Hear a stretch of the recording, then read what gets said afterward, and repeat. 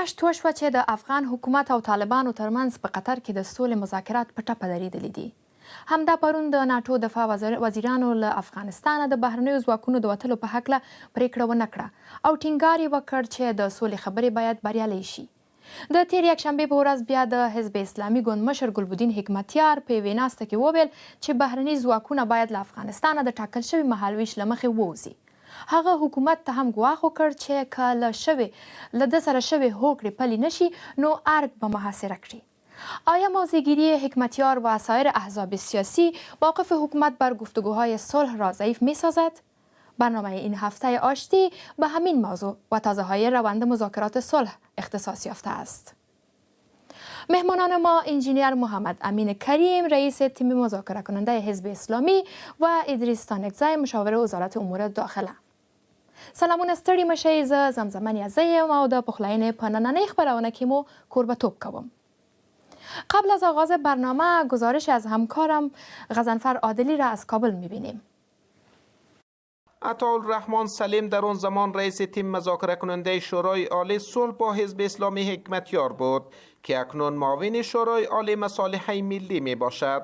او میگوید که دولت افغانستان در اکثر موارد به تعهداتی که به حزب اسلامی داده بود عمل کرده است، اما این حزب اسلامی است که به اکثر ماده‌های توافقنامه صلح با دولت عمل نکرده است. دولت اکثریت مواردی را که باید انجام میداد انجام داد، آنچه را که به او تعهد کرده بود به او تقریبا پابند ماند، الا مواردی را که وابسته بود به اجرا شدن تعهدات دوستای حزب اسلامی و دوستای حزب اسلامی تا همین لحظه که ما شما صحبت میکنیم مثل که بیشتر تذکر دادم، او معلوماتی را که راجع به نیروهای مسلحشان افراد نظامیشان باید تحویل طرف دولت میکردن، متاسفانه تا هنوز ما در جریان نیستیم که او معلومات شریک ساخته باشند. آقای سلیم میگوید با اینکه صلح با حزب اسلامی تاثیر مثبت روی وضعیت امنیتی در افغانستان نگذاشت، اما از نظر سیاسی صلح با حکمتیار و حزب اسلامی تاثیر مثبت داشت. در عرصه سیاسی آقای حکمتیار به صفت یک رهبر جهادی، به صفت یک رهبر حزب اسلامی، به صفت یک کسی که تقریبا از هر چهره دیگه که در مسائل جنگ‌های افغانستان شخصیت شناخته شده و مطرح بود، طبعا تأثیرات روانی خود داشت. امین کریم رئیس تیم مذاکره کننده حزب اسلامی با دولت افغانستان مدعی است که حزب اسلامی فریب وعده های دولت افغانستان را خورده است. از 25 ماده قرارداد که شما یادآوری کردین، تقریبا 90% تعهدات دولت امروز غیر عملی باقی مانده. امروزی که نه 3 سال بلکه 3.5 سال از امضای قرارداد سپری میشه، تا حدود بیش از 2,500 اسرا و زندانیای ما در قید نظام قرار دارند، برخلاف تمام موازین و تعهداتی که تیم جناب آقای اشرف غنی با ما داشتن و ما قربانی اعتماد شدیم که با آقای اشرف غنی و تیمشان در روز زمان کردیم. آقای کریم به این باور است که اگر دولت افغانستان به تعهدات خود به حزب اسلامی در راستای توافقنامه صلح عمل نکند، گروه طالبان با این دولت صلح نمی کند. با جفایی که اینا با این توافقنامه کردن، چگونه میشه تصور کرد که طالبان حاضر شوند با این دستگاه و این تیم با این نوع برخورد حاضر به مذاکره و بالاخره حاضر به امضای توافقنامه صلح شوند؟ بعد از امضای توافقنامه صلح میان دولت و حزب اسلامی به رهبری گلبدین حکمتیار، نه تنها بهبود در اوضاع امنیتی رونما نشد، بلکه حکمتیار اخیراً صدای مخالفت با دولت را بلند کرده و حتی از محاصره ارگ سخن گفته است. بیا هم ستړي مشي آقای کریم، بحث با شما آغاز میکنیم.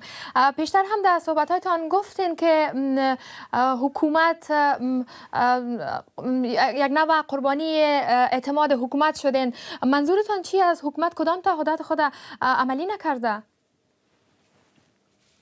بسم الله الرحمن الرحیم و بهی نستعین و اظهار سپاس شما که این موقع را مساعد ساختین که در رابطه با توافقنامه صلح بین حزب اسلامی افغانستان و دولت جمهوری اسلامی افغانستان وضاحت‌هایی را به خدمت شما ارائه بکنیم.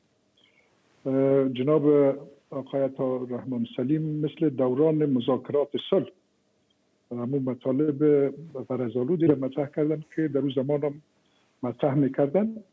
اگر بپذیریم که به اساس منطق 2+2=4 میشه، ضرور نیست که شما به ادعاهای ما یا به توضیحات آقای عطاالرحمن سلیم و تیم مربوطهشان رجوع بکنین. کافی است که توافقنامه صلح حزب اسلامی افغانستان با دولت جمهوری اسلامی افغانستان ورق بزنیم و ببینیم که کدام از این ماده ها عملی شده و کدامش عملی نشده. این مطلب بسیار ساده و واضح است. موضوعی نیست که در رابطه با او به اصطلاح موارد عمومی را کمی اگر واضح بسازین که 90% را که شما گفتین که عملی شده، عملی نشده و یک تعداد که شده، کدامش عملی شده و کدام نشده؟ یگانه بند توافقنامه که تا به حال عملی شده که هم تعهد حزب اسلامی افغانستان بوده، مبنی بر اینکه برادر مجاهد حکمتیار به داخل شهر کابل شود و فعالیت‌های سیاسی را آغاز بکنند. البته این تعهد حزب اسلامی بود و این عمل شده. تعهداتی که دولت در قبال حزب اسلامی افغانستان داشت، حقیقتا من حیث رئیس هیئت مذاکره کننده حزب اسلامی افغانستان به شما عرض میکنم که تقاضاهای نبوده که در دسترسی و توان دولت جمهوری اسلامی افغانستان نبوده باشه. ما از بادی امر به خاطر که میخواستیم که به روند صلح با دولت آغاز بکنیم، شرایطی را نگذاشتیم و سنگی را نگذاشتیم که دولت نتونه او را برداره. حالا بیایم چند از این بندها را با شما شریک میسازم از شروع کار. 4 بند اول مقدمه هست و مسائل کلی است که دو جانب با او توافق دارن، مسائل کلیات است. بند 5 میگه که با مجرد امضای توافقنامه صلح، دولت جمهوری اسلامی افغانستان از تمام نهادهای جهانی و کشورهای جهانی که بر ضد حزب اسلامی افغانستان تعزیراتی را وضع کردن، توسط مکتوب رسمی از همه از این نهادها تقاضا میکنه که مجموعه و همگی تعزیرات را از حزب اسلامی افغانستان بردارد. البته در این رابطه شورای امنیت ملل متحد و کثیر از کشورهایی که تعزیراتی را نسبت به حزب اسلامی داشتن برداشتن، به استثنای مهمترین کشور در این رابطه که ایالات متحده آمریکا است و متاسفانه تا به امروز که 4.5 سال تقریبا از تاریخ امضای توافقنامه را سپری میشه، دولت جمهوری اسلامی افغانستان سندی را به ما نشان نداده، مبنی بر اینکه اونا تقاضای رفع تعزیرات از جانب ایالات متحده آمریکا نسبت به حزب اسلامی را داشته باشند. این تعزیرات کماکان پابرجاست. بند 6 مدعی عزیز که رهبری حزب اسلامی افغانستان به خاطر از اینکه متاسفانه یا خوشبختانه و مانند سایر احزابی که در اینجا فعالیت میکنن و شخصیت‌های کار کردن، ثروت‌های باد آورده ای را در اختیار نداره که این ثروت‌ها هم باید یک روز محاسبه شود که از کجا آمده. ده‌ها و صدها میلیون دلار به هر شخصیت. مصارف دفاتر حزب اسلامی افغانستان میپردازه. این کار تشکر آقای کریم. ببخشید من 2-3 نکته دیگه بگم. مهمترین از او مسئله آزادی اسرا و زندانی های ماست. از مجموع حدود 4500 زندانی از حزب اسلامی افغانستان تا به امروز تنها 850 نفر از طریق هیئت مشترک حزب اسلامی با دولت از طریق این کمیسیون آزاد شده. متبقی یک تعداد از طریق لیست طالبا و دیگه‌اش به خاطر عفو و مسائل کرونا و این آزاد شدن. حدود 2500 زندانی ما که بر اساس توافقنامه باید 2 ماه حد اکثر تا 2 ماه بعد از امضای توافقنامه، یعنی 4 سال و 3 ماه پیش آزاد میشن، تا به امروز هم اسیر هستند. 20,000 فامیل مهاجر منتسب به حزب اسلامی که باید صاحب سرپناه و خانه و زمین میشدن، متاسفانه حتی 2 بسوه زمین هم در اختیار از ما قرار نگرفت و به هزارها مهاجر ما. کریم، راه حل مسئله چی هست؟ با محاصره ارگ و تظاهرات این مشکل حل میشه، قسمی که آقای گلبودینی حکمتیار گفتن؟ شما اگر راه مناسب تری را بعد از 4.5 سال انتظار و صحبت و تقاضا و مذاکرات پیدا میکنید که ما بجز از برگزاری تظاهرات مسالمت آمیز به خاطر تقاضا از دستگاه آقای اشرف غنی مبنی بر عمل بر تعهداتش رای دیگه اگر دارید شما بفرمایید که ما به مورا اقدام بکنیم. تا به حال 4 سال از هر طریق ممکن ما اقدام کردیم.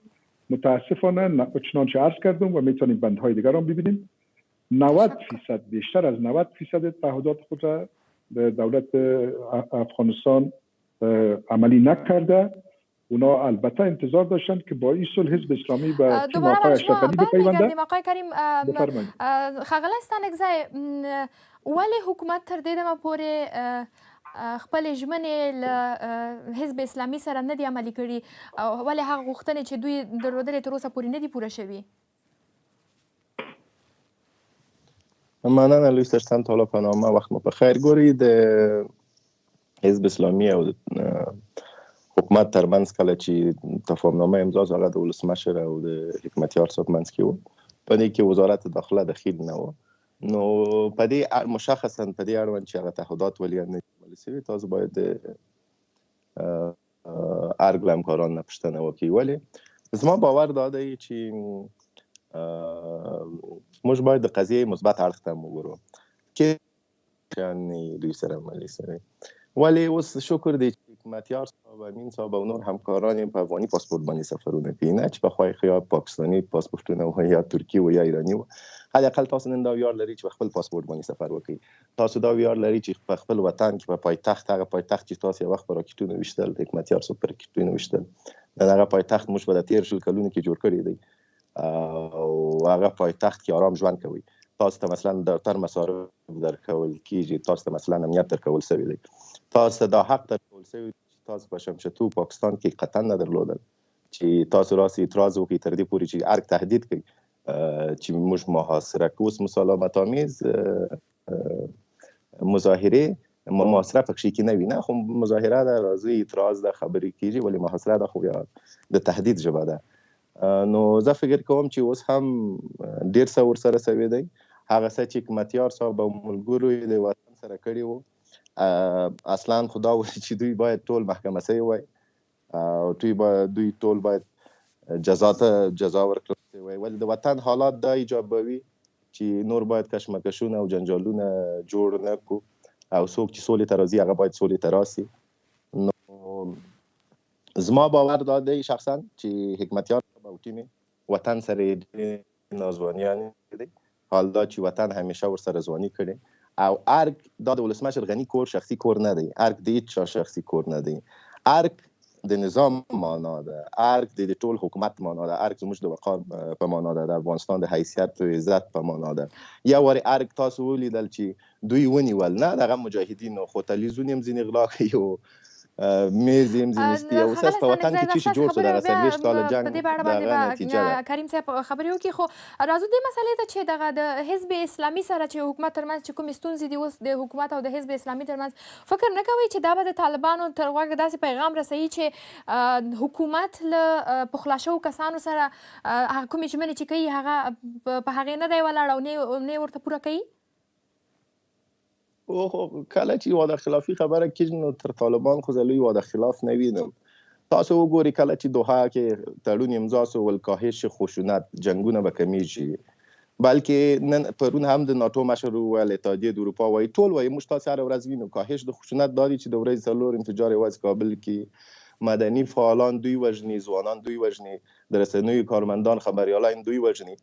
15,000 بندیان چې موږ نه ورته خوشې کول بیا دغه حکمتیار صاحب دغه نور ملګري ویل چې ولا حکومت د سولې خنډ دی. هغه بندیان چې موږ خوشې کړي اوس ټول په جنګ کې دی. تاسو خو ویل چې دوی جنګ ته نه ځي، خپل کورو ته ځي، ټول افغانستان د ولس په ضد باندې جنګیږي. دوی ویل چې موږ القاعده سره پریکړون کوو، نور تروریستي ډلو سره به موږ تماس نه لرو. تر اوسه القاعده او طالب سره یو دي، نور ترهګریزو ډلو سره هم دوی اړیکه لري. یعنی طالب په کوم عمل باندې دوی تعهد کړی دی، خو جهاد ماخر دغه رقم سو خدای وشرموي چې ول نور امریکایان نه وژنو، پر امریکایانو پر کفارو کار نه لرو، یوازې مسلمانان وژنو. دوی عقیده د دوی جهادګر دغه کیسې رسیدل. نو طالب په دې ځای کې زه فکر نه کوم چې ځای ولري یا د خبر د طالبانو خبره اوس مهمه وي، ځکه ټول ته دا دایا معلومه چې اسلامي کیسه خو نسته. طالب فقط دا غواړي چې قدرت ونیسي، طالب دا غواړي چې ګمرکات په لاس کې، طالب دا غواړي چې قاچاقبران دوی سره وکني. ولې په د بندیانو کې 40-50 کس چې هغه قاچاقبرانو دوی لیست ورکړی و. نو خو دوی ټول د پیسو د قدرت خبره ده. همدا مشکل حکمتیار صاحب هم لري. نو د دواړو مشکل به او هغه قدرت. مننه. آقای کریم، روند گفتگوهای صلح که فعلا بین حکومت و طالبان با بنبست مواجه شده، فکر میکنین که امی بی‌باوری ها عواملش هست و یا هم دلایل دیگه داره؟ بله، تشکر از شما. فقط اجازه بدین عرض بکنم که جناب سانگزی به تاریخچه حزب اسلامی افغانستان پرداخت. من نمیدانم که ایشان از کدام مقام مطالب مطرح میکنن، از آدرس یک حزبی که فامیلشان در گذشته به او مربوط بوده یا از دیدگاه دولت. به هر صورت من فکر میکنم که منطقه بحث نیست. حزب اسلامی افغانستان تاریخچه پر افتخاری داره و از هر سال که در 50 سال در مبارزه پرداخته حاضر به جوابگویی است و ملت در این رابطه قضاوت خود دارد. متاسفانه بحثی که در رابطه با توافقنامه صلح و اصل صلح باید میشد، نباید به مسائلی کشانده شود که فعلا در این برنامه قابل بحث نیستند، ولی ما حاضر هستیم در محل دیگه این مسائل با هر کسی که بخواهد در میان بگذاریم. آزادی 5000 زندانی که ایشان فرمودند که به نظر ما کار بسیار مناسبی بود و مناسبی هست، باید این را عرض میکرد بکنم و ایشان هم باید میگفتند که در ازای آزادی 5000 زندانی طالب حکومت آقای اشرف غنی مشروعیت نظام خود به دست آورد. یعنی که این یک تفاهمی بود بین ایالات متحده امریکا و آقای اشرف غنی که در صورتی که 5000 زندانی آزاد شود، ایالات متحده امریکا و مؤتلفینش ایشان را در ارگ ریاست جمهوری منصوب میکنند. بنابراین این در راستای صلح نه، بلکه البته از دید امریکایی‌ها میخواستند برای پیشرفت صلح میخواهند، اما آزادی 5000 زندانی در ازای پذیرش مقام ریاست جمهوری با آقای اشرف غنی بود و این بر همه هویدا هست.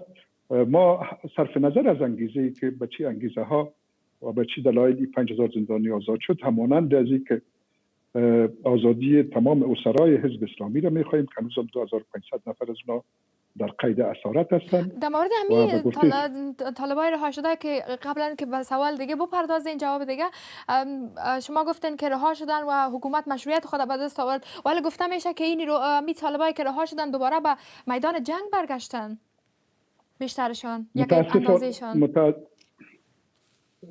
بگذاریم که بحث یک اندازه دقیق تر بکنیم. من دو سوال از شما و بیننده ها و از آقای سانگزی میپرسم. فکر میکنم که اصل گپ در اینجاست. شما چند فیصد شانس از این میتین که آقای اشرف غنی حکومت طالبان رو بپذیره؟ فکر میکنم صفر. شما چند فیصد شانس از این میتین که طالبان حکومت و رهبری آقای اشرف غنی رو بپذیره؟ جوابش صفر. من ایره از زبان خود نمیگم، از زبان کسانی میگیم که در رأس نظام نفر دوم و سوم و چهارم نظام مثلا اونها به جواب این سوال دو جواب گفتن صفر. بنان رای حل معقول معضله فعلی افغانستان ایجاد یک نظام مورد پذیرش هم است که حکومت افغانستان من حیث یک واقعیت، نه من حیث نماینده کل ملت افغانستان، من حیث یک جهت و من حیث یک واقعیت در او سهیم باشه. طالبان همچنان تمام اقشار افغانستان، مسئله صلح یک مسئله ملی هست و یک مسئله سیاسی هست. بنابراین دری باید ملت افغانستان سهیم باشه از تمام جناح‌ها که چیز در هیئت حداقل از طرف کابل که رفته در هیئت مذاکره کننده دوحه تجلی نداره، بلکه هیئت است مشتمل بر دو تیم انتخاباتی بر اساس یک معامله که توسط خارجی برای بار دوم بر ملت افغانستان تأمین شده است. بنابراین عرض ما است که آزادی زندانی‌ها یک بخش از این معامله است، ولی راه حل اصولی است که ما به جای برسیم که مورد توافق نه تنها دو جانبه که فعلا در مذاکره هستند بلکه عامه ملت افغانستان قرار بگیرد. در غیر از اون ضیاع وقت است و ما متاسفانه شاهد از هستیم که بعضی جناح‌ها اصل ضایع کردن وقت هدفشان است، بودن در سریر قدرت و ضایع کردن وقت. ولی این وقت متاسفانه شما همین 5 دقیقه ما شما صحبت کردیم، بدانیم که در هر 5 دقیقه در کشور ما و سانگزی صاحب اونا هم سفر حق دارن، ما هم در هر 5 دقیقه یک نفر در این مملکت به خاطر جنگ کشته میشه. در هر 5 دقیقه.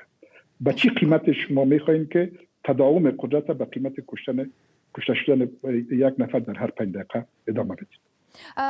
ښاغلی سندکزی لکه څنګه چې کریم صاحب 2 پوښتنې درلودلې، دې پوښتنو ته به هم راسو او د دې ترڅنګ که په دې باندې هم خبرې وکړو چې ولې حکومت د حزب اسلامي بندیان نه خوشي کوي؟ آیا دا ویره شته چې دوی به بیرته د جګړې ډګر ته ځي؟ اول خامین صاحب ویل چې دوی د حکومت د استازي په صفت خبره کوي که د کوم حزب نمایندګي کوي. زما جواب دا دی چې ځکه په حکومت کې هم که د باندې ما همیشه د یو افغان په صفت خبره کړې او اوس مې خبره د یو افغان په صفت ده تاسو ته. د دوی د سوال په ځواب کې باید ووایم یو وخت حکمتیار صاحب ویلي و، شاید هغه به تاسو هم لید، ول تر څو پورې چې یو کافر عسکر په افغانستان کې وي که موږ افغانستان ته ولاړو او جهاد مو پرېښوي زه به پیغمبر امتی نه یم. شما مستند اوس ګوره د حکمتیار صاحب د راتګ فیصدي صفر و. آیا حکمتیار صاحب همدا کارونه نه کول چې نن طالبانو کول؟ خو کول نه. په فایننس کې د دوی کسان انفجار ونه کړي چې حکمتیار صاحب بیا په یو تلویزیوني مرکه کې وویل چې اوس د شادي کلمه یې مو اخیستی، د انفجار د انتحاري کلمه یې مو اخیستی چې هو ما ته تا یوه ښځه راغلی ویل چې زه ځان درته پټوم. خو دغه د دوی بندیان ټول د تروریستي اعمالو په نتیجه کې بندیان دی. نو د دوی د راتګ زمینه هم صفر و نه، ځکه یو وخت کوم څه چې طالبانو کول، کوم موقف چې د طالبانو و، حکمتیار صاحب تر طالبانو 10 چنده افراطي و، 10 چنده بې بد و رد ویل. اما هغه د نن حکمتیار صاحب رالی همدا حکومت ته مصارف ورکړي د دفاترو، نو همدا رقم طالبان به هم راځي. او دا چې د دوی بندیان به جنگ ته ځي یا به نه ځي، نو طبعا که چیرې تعهد نه وي په منځ کې او همداسې د یو بل څه وسي چې بیا دوی خوشي سي، په هغه کې هم هغه بندیان چې د طالبانو موږ خوشي کړي نه، په هغه کې ولسمشر غني خوشحاله و نه، موږ خوشحاله و نه، هېڅوک خوشحاله نه و. ولې خو اول دغه سیاسونو ګردو چیغې وهل چې دوی حکومت مانع دی د سولې، نو ولې بندیان نه خوشي کوي؟ تاسو خوشي کړئ کنې که تاسو سوله نه غواړئ، ولسمشر غواړي خپل قدرت وغځوي او دا وکړي او هغه وکړي. نو خو ګردو فشار و، د نړیوال ټولنې فشار و، دلته د نن سیاسونو فشار و چې نه تاسو که واقعا سوله غواړئ تاسو دا بندیان خوشي کړئ. خو بندیان خوشي سو، سوله کمه ده، ورځ تر بلې انسانان وژل کیږي لکه دوی چې خپل ویل. خو د طالبانو بندیان خو ښه شو چې تر اوسه پورې لا د سولې خبرې روانې دي، ولې حزب اسلامي چې راغی عملا له حکومت سره هوکړه وکړه او سوله یې وکړه او راستانه سول، ولې تر دې دمه پورې نه خوشي کیږي؟ دلته د څه ویره ده؟ حکومت او غني یا په خپله دغه ټوله اداره ولې نه غواړي چې دغه بندیان خوشي سي؟ ګوري داسې دی شاید هغه خبره د دواړو طرفو ده. نو کله چې تاسو راځي سوله کوئ او افغانستان حکومت سره خبره کوئ کښېنئ، بیا نو دا حق نه لرئ چې تاسو پاکستان ته ورسئ او د پاکستان د پنجاب نه زموږ د دشمن له کوره د افغانستان پر ضد خبرې وکړي. دغه حکمتیار صاحب یې نه کړې. څنګه ورسره سړی اوس دوی باندې څنګه باور وکړي نه؟ او مخکې امین صاحب وویل چې حزب اسلامي نه پر افتخار حزب دی. بدبخت په دې پر افتخار حزب کې اوس 4 کسان دي. خپل حکمتیار صاحب دی، زوی دی، امین صاحب دی، غیرت صاحب دی، 5م سړی هم تاسو هلته نسی پیدا کولی. که تاسو واقعا یو پر افتخار حزب وي، د نن حزب اسلامي په څو ټوټو دی؟ ولې ستاسو د ارغندیوال صاحب په منځ کې سره جنجال دی؟ ولې همدرد صاحب ستاسو څخه جلا سو؟ ولې سباوون صاحب څخه جلا سو؟ ولې حتی زرداد فریادي ستاسو څخه جلا سو؟ د خدای روی دی. تاسو دا پوښتنې وکړئ چې نن ولې دا حزب اسلامي په دې سرنوشت اخته دی. خو نو حتما اخوا کې به دا ظرفیت نه وي نه چې خپل تعهدات عملي کړي او هغه څه چې د افغانستان ملي منافع ایجابوي. حکمتیار صاحب کټ موټ د هغو مخالف دی. دا رقم باید ونه اوسي نه. تاسو دلته باید پاکستان کې از دا خبرې او دا اعلانونه ونه کړي چې په افغانستان کې هیوادونه دي نیابتي جګړه ده د پاکستان پر ضد. تاسو په لوی لاس موږ ته دشمنیانې ګټي. یعنې فکر کوئ لامل یې همدا دی چې حکمتیار صاحب پاکستان ته تللی دی، هغوی هغې ځای نه دا خبرې کوي دغه بندیان نه خوشي کیږي؟ نه دا خو اوس کې ولاړل حکمتیار صاحب دی، 2 میاشتې مخکې یو میاشت کېږي. دا بندیان خو دوی چې راغلي 1.5-2 کاله کېږي چې راغلي دا نه خوشي کړي. ما وویل چې په هغه مورد تاسو باید یو خو ګوري د مخکې عطاالرحمن سلیم صاحب هم وویل چې ټول شیان عملي سوي دی. وړمه ورځ امرخیل صاحب هم چې په دې کمیسیون کې و هغه هم وویل چې دا ټول عملي سوي دی. زه خپله ګوري په دې کې موږ وزارت داخله نه و نه، که چیرې دا تفاهم وزارت داخلي کړي وای ما به تاسو ته ښه جزئیات درکړي وای. تاسو باید دغه تخنیکي بحث عکس خدمت همکاران څخه پوښتنه وکړي ځکه تفاهمنامه ولسمشر غني او حکمتیار صاحب سره امضا کړې دی. زه کلا پر دې باندې بحث کوم چې حکمتیار صاحب د دوی آخري څرګندونې دا د تهدید ژبه ده، دا د ملي ګټو پر ضد باندې دي، دا ځالزمه نه ده د یو حزب مشر چې ځان رهبر ګڼي هغوی باید په پاکستان کې د افغانستان پر ضد څرګندونې وکړي. ډیره مننه. آقای کریم، معمولا بیشتر اوقات انتقاد است به حکمتیار صاحب که اینا میگن از یک لهجه تند استفاده میکنن، مثلا قسمی که استانگزی صاحب از زمان از رفتن پاکستان یاد کردن، در ضمنش به اینجا که او روز صحبت کردن روز یک شنبه که گفتن که هرگاه محاضره میکنن.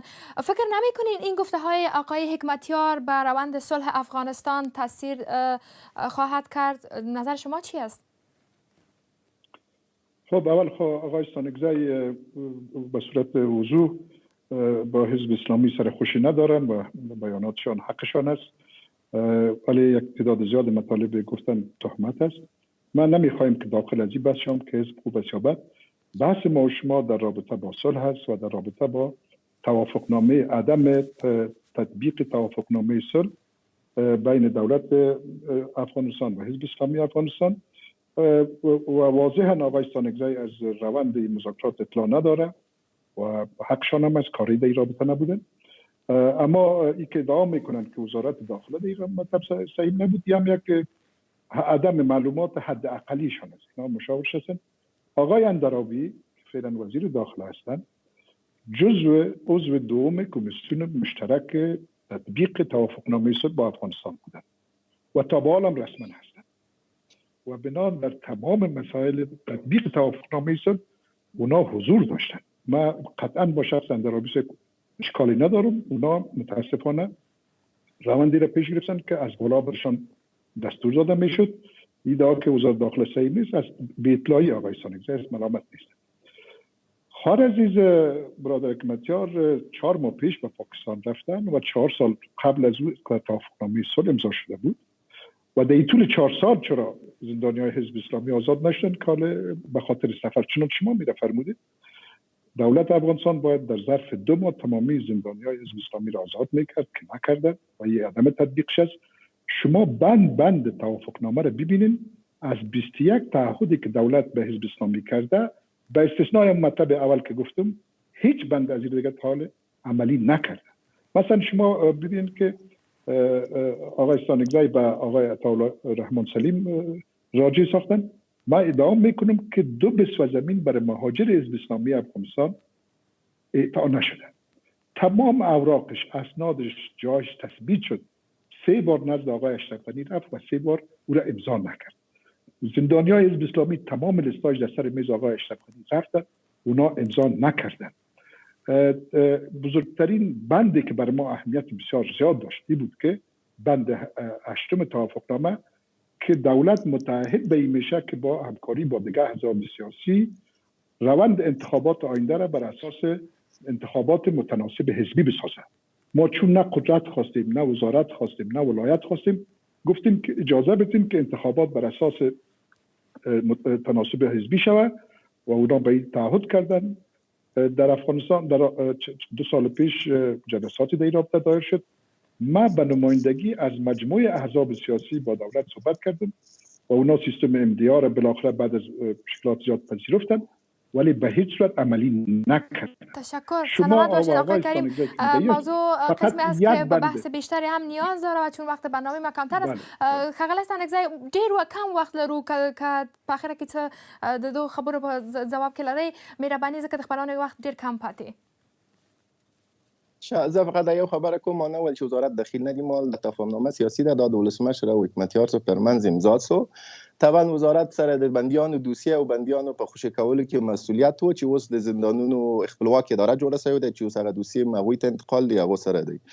نو زما خبره آخري هم دا ده چې مهمه دا نه ده چې موږ په حزب کې یا په حکومت کې یا خبريالان یو، مهمه دا ده چې موږ باید خپل وطن لپاره خپل ګټو لپاره ودرېږو او د پردیو اجنډا او د پردیو خبرې باید تبلیغ نکړو. زما همدا خبره ده. ډیره مننه کور مو ودان له تاسې دواړو نه چې زموږ په خپرونه کې مو ګډون وکړ. سلامت اوسئ درنو لیدونکو، له تاسې هم ډیره مننه چې بحث مو تر دې دمه له موږ سره تعقیب کړ او پوښتنې او تبصرې مو موږ ته پریښې وې. از مهمانان برنامه نیز تشکر که وقت گذاشتن و در برنامه شرکت کردن. در آینده با دویچه وله و برنامه‌های دویچه وله باشین.